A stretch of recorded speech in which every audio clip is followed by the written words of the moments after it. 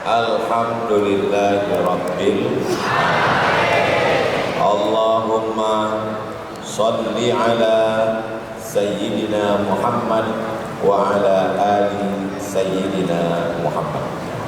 Semua yang hadir ini insyaallah diakui sebagai umat Nabi Muhammad sallallahu alaihi wasallam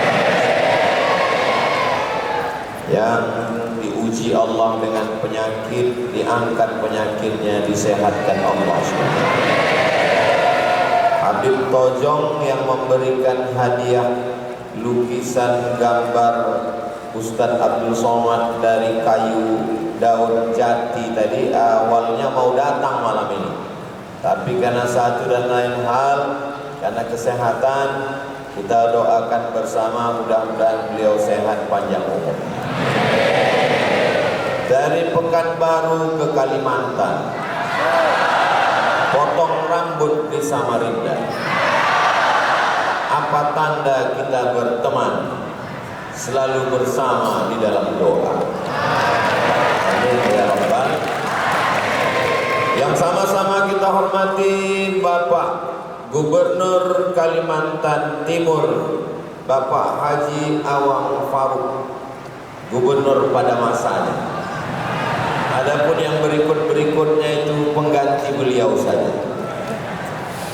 Bapak Kapolda atau yang mewakili, Bapak Dandim atau yang mewakili, anggota DPRD atau yang mewakili, yang sama-sama kita hormati dan kita muliakan, menjemput saya tadi ke airport, Ketua Majelis Ulama Indonesia, panjang umur berkah usianya untuk kita semua, Bapak Haji Awang Dharma Bakti, Ketua Pengurus Masjid Islamic Center Kalimantan Timur beserta seluruh jajaran,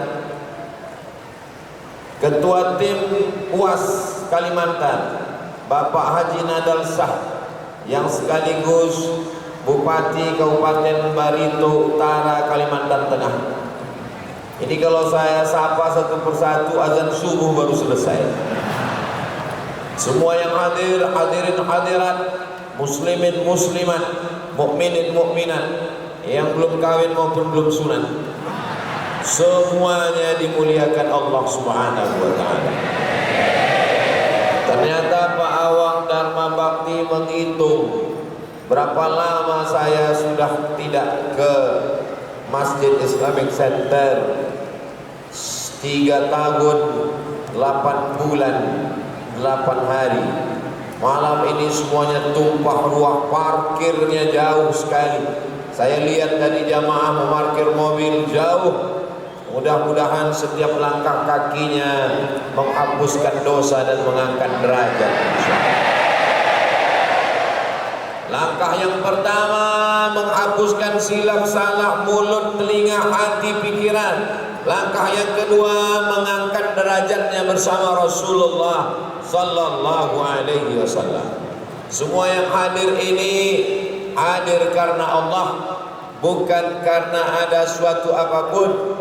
Melangkah kaki dari rumah, bismillahirrahmanirrahim, ala Allah, la haula wala quwwata illa billah. Setelah berbuka puasa hari Asyura tadi, tanggal 10 Muharram, mestinya malam ini istirahat, duduk di rumah nonton TV. Baru saja berbuka, perutnya sudah mulai berisi penuh. Kata pepatah orang Melayu, kalau mulut, kalau perut, kalau urat perut tegang, maka kendurlah urat mata. Malam ini banyak yang mestinya istirahat tidur di rumah, tapi buktinya sampai ke masjid. Ini merupakan salah satu bentuk kecintaan kita kepada Sayyidina wa Maulana Muhammad sallallahu alaihi wasallam. Mudah-mudahan kecintaan ini berbalas nanti di akhirat, kita semuanya mendapatkan syafaat Nabi insyaallah. Amin ya rabbal alamin. Malam ini saya akan membahas 5 pelajaran dari hijrah. Karena kita baru saja hijrah dari tahun 1444. Malam ini kita sudah berada pada 11 Muharram 1445. Pertama, hijrah adalah ujian setelah iman. Setelah 13 tahun di Makkah bersyahadat asyhadu an la ilaha illallah wa asyhadu anna Muhammadan, ada ujian iman. Mana ujian iman? Apakah sanggup meninggalkan anak, meninggalkan istri, meninggalkan harta, meninggalkan kebun korma, ikut hijrah bersama Nabi Muhammad sallallahu alaihi wasallam? Apakah kita semua sudah bersyahadat asyhadu an la ilaha illallah? Sudah. Asyhadu anna Muhammadar Rasulullah? Sudah. Sekarang ujian hijrah. Siap meninggalkan anak, istri, keluarga untuk hijrah? 3 orang aja yang siap. Kita tidak akan meninggalkan anak istri kita. Kita tetap menjadi kepala rumah tangga. Kita tidak akan meninggalkan Samarinda. Kita tetap berada di Pulau Kalimantan, tepatnya di Kalimantan Timur. Kita tidak pindah tempat. Maknanya kita pindah meninggalkan man hajara manahallahu anhu, meninggalkan yang dilarang Allah subhanahu wa ta'ala. Bapaknya sudah sholat, bapaknya sudah ke masjid, bapaknya sudah taubat, bapaknya sudah tidak dugem lagi, bapaknya sudah tidak diskotik lagi, tapi istrinya belum berhijab, masih mak lampir. Maka siapkah dia menasehati istrinya? Ini yang dimaksud dengan hijrah zaman sekarang. Bapak siap menasehati istri? Dari bunyinya nampaknya persatuan suami takut istri. Jangan khawatir, jangan cemas. Bapak tidak perlu menasihati istri, cukup potong saja video-video Ustadz Abdul Somad yang ada di YouTube, kirimkan ke nomor istri. Nanti kalau istrinya marah, tersinggung, bilang aja salah kirim tadi mah. Gak perlu bapak menceramahi istri bapak. Jangan pulang dari sini langsung istrinya dipanggil, sini kamu, ya ayyuhalladzina mahlampir. Mudah-mudahan dengan momen hijrah, barokah bulan Muharram, barokah pindahnya Nabi, barokah kita berkumpul bersama, lebih 40 orang, lebih 400 orang, lebih 4.000 orang yang belum berhijab dibukakan pintu hidayahnya insyaallah. Laki-laki yang beriman, gagah perkasa, sholat berjamaah, jatuh cinta dengan orang yang berbeda akidah, berbeda agama, berbeda keyakinan. Judulnya ketika cinta tak bisa memilih. So sweet. Maka ini adalah ujian. Ini ujian cinta namanya. Apakah lebih cinta kepada pasangan atau cinta kepada Allah Subhanahu wa ta'ala? Alhamdulillah, Mahkamah Agung mengeluarkan keputusan tidak dibenarkan menikah beda agama. Allahu Akbar. Mudah-mudahan Allah tetap menjaga negeri ini insyaallah. Amin. Bertetangga dengan saudara kita beda agama boleh apa tidak? Boleh. Satu kantor dengan beda agama boleh apa tidak? Berteman, berkawan, bersahabat, satu usaha, satu bisnis, apakah dilarang? Tidak. Tapi kalau sudah masalah pernikahan, masalah akidah, masalah keyakinan, tidak ada tawar-menawar. Wala ana abidum ma'abattum wala antum abiduna ma'abud lakum dinukum. Sekarang banyak orang tidak bisa membedakan mana toleransi, mana toleransi. Nabi pindah dari kota Makkah ke kota Madinah yang menjadi guide penunjuk jalannya, karena tidak bisa menempuh jalan yang biasa, maka harus ada jalur khusus, jalur yang tidak ditempuh orang, takut tertangkap. Yang tahu jalur itu namanya Ibnu Uraiqid. Ibnu Uraiqid tidak Islam, Ibnu Uraiqid musyrik, Ibnu Uraiqid non muslim. Ini dalil boleh bekerja sama dengan saudara yang berbeda agama selama dalam masalah sosial, bukan sosis, dalam masalah sosial. Nah, ini mesti kalau dengar ceramah Ustaz Somad, makanya dengar utuh dari awal sampai akhir, jangan ini potong-potong. Inilah sulitnya kita ceramah sama orang yang datang gak mau nonton video, dipotong. Sudahlah tidak sehat badannya, tak sehat otaknya, tak sehat juga kantongnya, tak ada duit untuk nonton 60 menit, paketnya tak cukup 2 giga.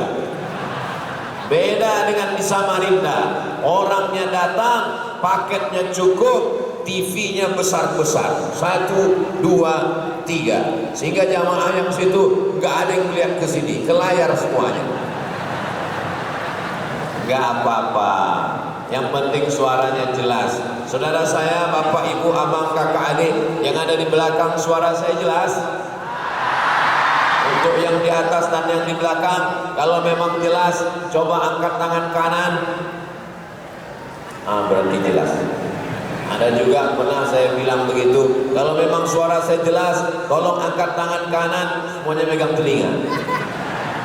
Saudara yang dimuliakan Allah Subhanahu wa taala, apa tanda benar syahadatnya? La ilaha illallah Muhammadur Rasulullah. Tandanya adalah rela berkor. Ada namanya Suhaib Ar-Rumi. Siapa namanya? Suhaib Ar-Rumi. Mudah-mudahan yang hamil malam ini punya anak, nanti dikasih namanya Suhaib Ar-Rumi. Suhaib Ar-Rumi, anak muda, merantau ke kota Makkah, miskin, susah. Rumi orang Romawi, bukan orang Arab. Ketika sampai di Makkah, dia bisnis. Setelah kaya, menikah, punya anak, punya istri. Datang Nabi Muhammad, dia masuk Islam. 13 tahun bersama Nabi. Ketika Nabi hijrah, dia berada di simpang jalan. Tetap dengan anak dan istri bisnis di Makkah, atau ikut hijrah bersama Rasulullah Sallallahu Alaihi Wasallam. Sekarang jawabannya kita tanya ke anak-anak muda yang ada di Samarinda. Seandainya kalian yang menjadi Suhaib Ar-Rumi sekarang berada di antara dua pilihan, anak, istri, bisnis, atau hijrah bersama Nabi, anak tinggal, istri tinggal, bisnis tinggal, tetap di Makkah atau pindah ke Madinah? Banyak yang mau istikharah dulu. Saya jawabnya nantilah Pak Ustadz, agak 3 minggu lagi Pak Ustadz. Apa yang dilakukan Suhaib Ar-Rumi? Dia tinggalkan anaknya, dia tinggalkan istrinya, dia hijrah. Tapi sebelum itu dia tanya dulu mertuanya, bapak mertua, saya mau pindah ikut Nabi Muhammad. Kata bapak mertuanya, dulu kamu datang ke Makkah ini sendirian. Kalau mau pergi, pergi sendirian. Jangan bawa anakku, jangan bawa cucuku, pergi sebatang kara. Dia lebih memilih Nabi daripada anak dan istrinya. Dia lebih memilih Nabi daripada bisnisnya. Begitu dia pergi meninggalkan kota Madinah, dari kota Makkah menuju Yathrib, apa kata orang kafir Quraisy? Khasira Suhaib, Suhaib rugi. Khasira Suhaib, Suhaib rugi. Khasira Suhaib, Suhaib rugi. 3 kali rugi.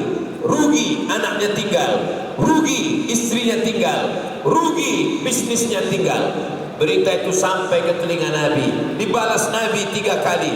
Rabi'a Suhaib, Rabi'a Suhaib, Rabi'a Suhaib. Suhaib beruntung, Suhaib beruntung, Suhaib beruntung. Apa yang terjadi? Setelah dia sampai ke kota Madinah, anak dan istrinya beberapa tahun setelah itu tetap bisa ikut hijrah, dan sampai di Madinah dia memulai usaha, bisnisnya tumbuh berkembang, hijrahnya dapat, anak dapat, istri dapat, bisnis dapat, fid dunya hasanah wa fil akhirati. Coba andai dia tidak ikut hijrah dengan Nabi, boleh jadi istrinya pun tidak setia, anaknya pun durhaka, bisnisnya pun tidak berhasil. Itulah maka kejar akhirat, dunia akan bersimpuh di bawah tapak kakimu. Tapi kalau kau menjadi pelayan dunia, maka akhirat tidak akan pernah ada bersamamu. Ini pelajaran dari hijrah. Yang pertama, hijrah rela berkor. Ini yang hijrah malam ini adalah orang-orang yang rela berkorban ini, insya Allah. Amin. Terutama ibu-ibu yang hadir malam ini mereka yang paling rela berkorban malam ini. Berapa sinetron yang hilang ini malam ini. Ini mereka bisa duduk di depan, bisa duduk di atas. Ini pasti datangnya jam berapa tadi datangku? Jam 5, jam 7, jam 3. Allahu Akbar. Banyak sekali yang salah melihat jam jadwal. Kami lihat jadwalnya benar Pak Ustadz, tapi kami ingin mendapatkan keutamaan shaf pertama, ingin mendapatkan sholat berjamaah 3 kali, asar berjamaah, maghrib berjamaah, isya berjamaah, buka puasa Asyura di Masjid Megah Islamic Center di tepi Sungai Mahakam di Samarinda yang indah. Saya sudah melihat sendiri dari atas. Saudaraku dari Sabang sampai Papua, kalau kalian mau melihat masjid yang cantik dan indah, segera datang ke Samarinda sebelum malaikat maut tiba. Allahu Akbar. Salatullah, salamullah ala Taha Rasulillah. Salatullah, salamullah ala Yasin Habibillah. Tawassalna bismillah Rasulillah wa kulli mujahidin lillah bi ahlil badri ya Allah. Masya Allah, tabarakallah. Datang air. Kalau dilihat dari botolnya kayaknya ceramahnya 30 menit aja. Ada sahabat Nabi namanya Abu Bakar. Abu Bakar punya ayah namanya Abu Quhafah. Siapa namanya? Abu Quhafah.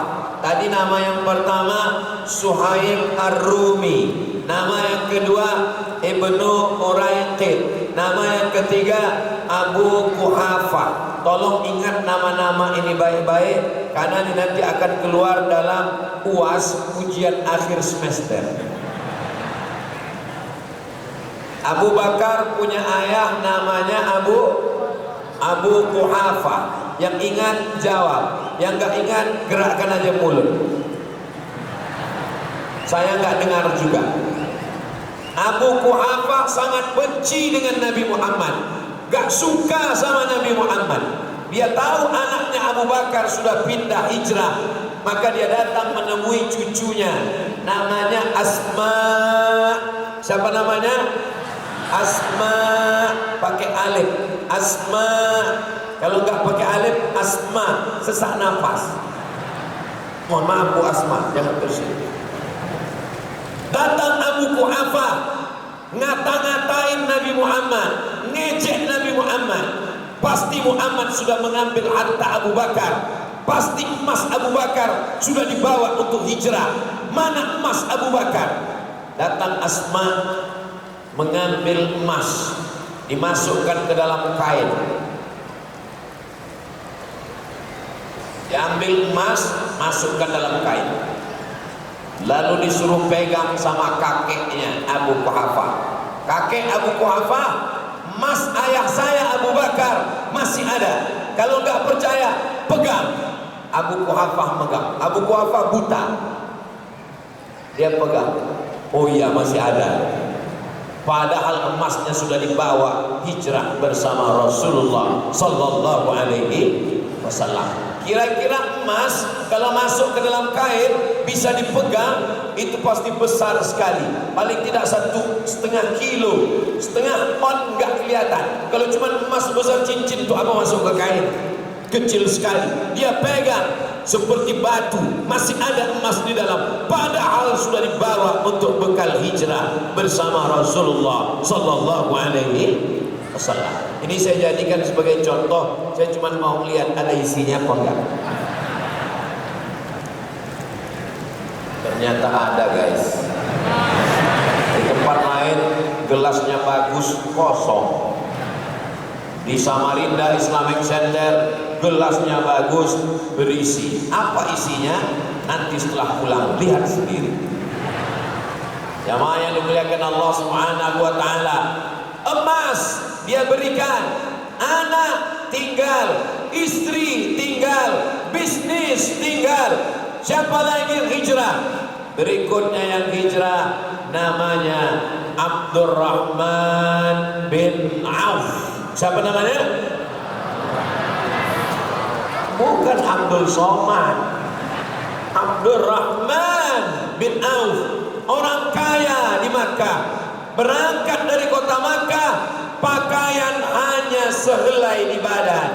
Sampai ke kota Madinah, apa yang dia lakukan? Dipersaudarakan Nabi, sampai akhirnya dia memulai bisnis.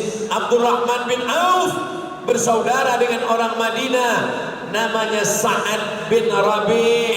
Siapa namanya?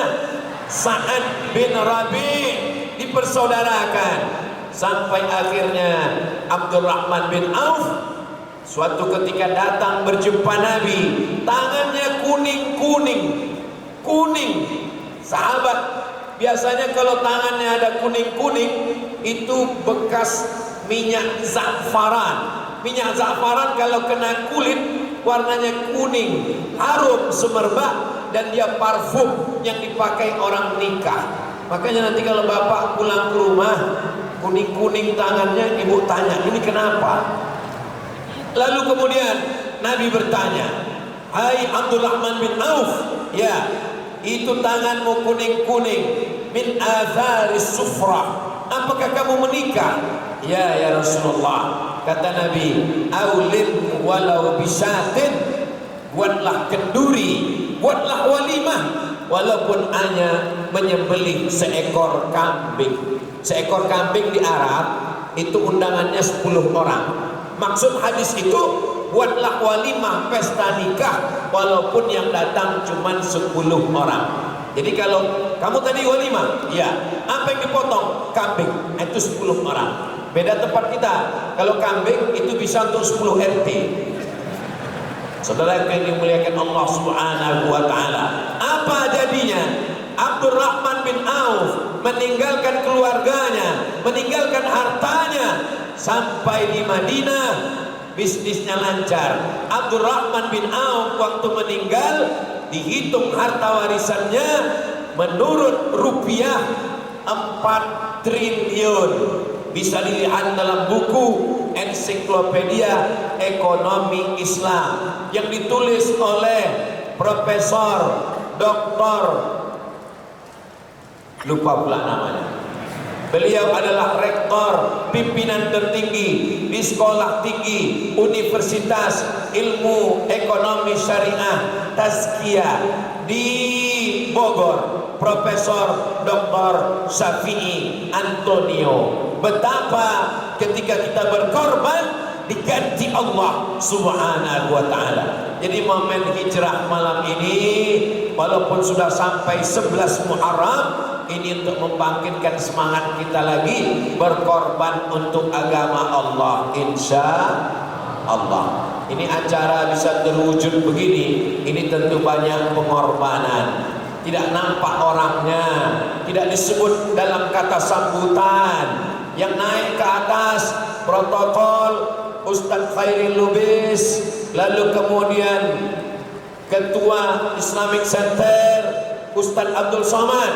Tapi sesungguhnya acara besar ini karena pengorbanan banyak orang yang sudah berkorban. Mudah-mudahan diganti Allah dengan yang lebih baik di masa akan datang insyaallah.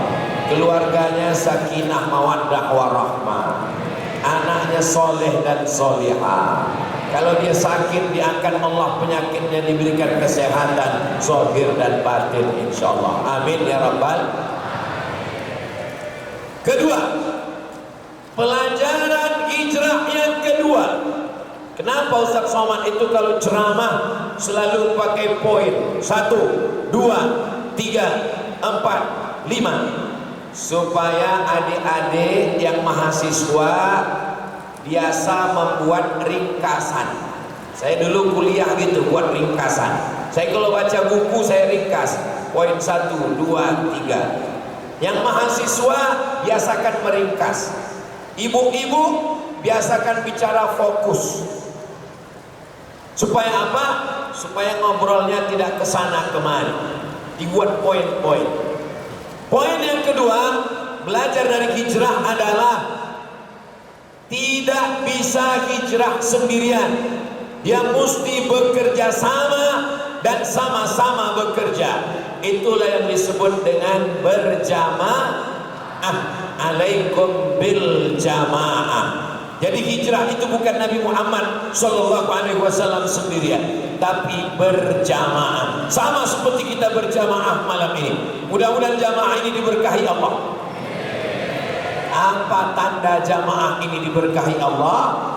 Besok sholat subuhnya seperti ini juga insya Allah. Insya Allah. Jadi kalau besok Pak Ketua ternyata jamaahnya tidak sebanyak ini subuh, itu bukan berarti tidak berjamaah. Mereka berjamaah di masjid dan musola masing-masing. Betul? Banyak yang ngaku itu. Ternyata di masjid musolanya pun gak berjamaah juga.